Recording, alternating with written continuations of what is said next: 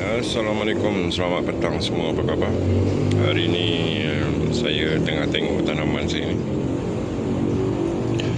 Tanaman dalam tong saya. Cuma akan datang ni saya nak tanam dekat dalam tanah lah pula lepas ni.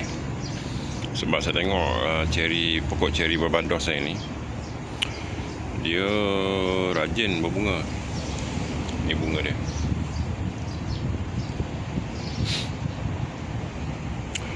Nak tanam pun senang. Dia boleh buat sistem tut ni. Tut pun mudah dia jadi. Jadi sebenarnya saja saya tanam dalam ni sebab saya tak ada tempat nak tanam. Sebab saya duduk kat bandar ni. Cuma akan datang ni saya nak tut. Lepas tu saya bawa balik kat kampung mungkin.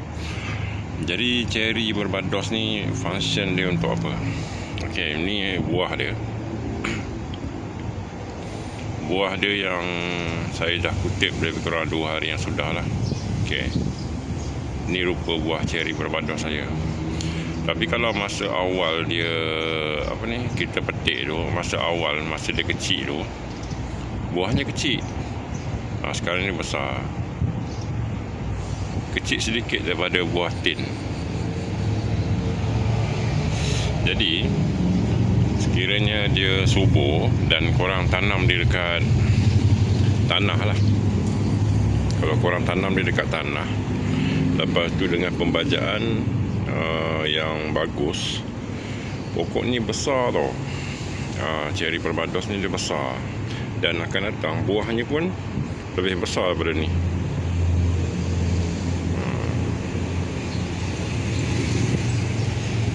Rasa ceri ni, untuk makluman dia tak sedap.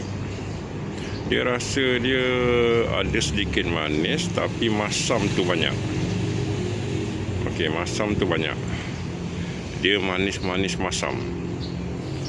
Ceri berbados ni. Tapi bagi saya syorkan untuk sahabat-sahabat semua tanamlah. Walau sepokok. Pertama, pokoknya cantik, dia tak teduh. Jadi korang boleh tanam dekat halaman rumah, dan juga di belakang rumah pun boleh, di depan rumah lagi cantik. Dia macam ala-ala bonsai macam tu. Tapi kalau dia pokok dia besar tau. Jadi function utamanya ceri berbados ni adalah satu biji ni bersamaan keperluan tubuh badan 1 hari vitamin C. Macam mana saya sebut berbelit-belit. Maksudnya begini, kalau korang makan 1 biji ni bersamaan vitamin C untuk 1 badan 1 hari. Maknanya korang tidak payah lagi bergantung kepada pil vitamin C lah. Maknanya kalau korang makan ni, sebiji ni untuk keperluan tubuh badan 1 hari. Vitamin C ni tinggi, vitamin C nya lebih pada limau lagi. Korang boleh buat carian lah. Baik, macam mana isi dalam dia? Kita akan kopek. Dia berbiji air nampak.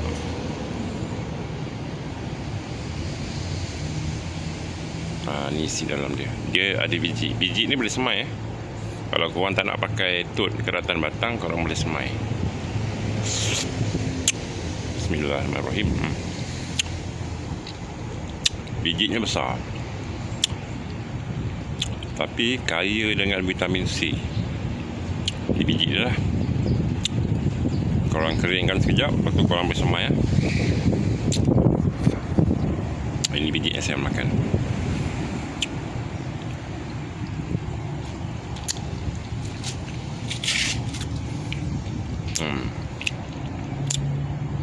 Ada 3 biji kat sini.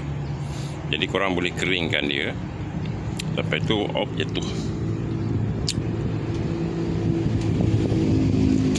Lepas tu korang boleh semai lah.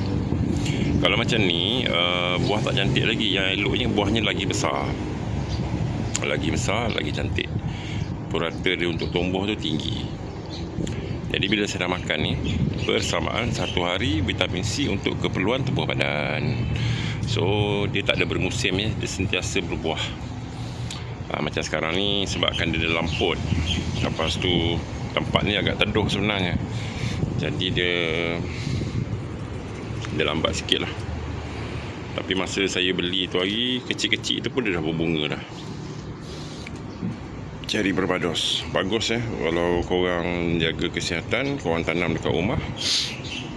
Satu hari korang makan 1 biji, sangat memadai untuk vitamin C korang untuk satu hari. Alright, Assalamualaikum, selamat petang semua. Perkongsian saya tentang Cherry Barbados. Assalamualaikum, bye bye.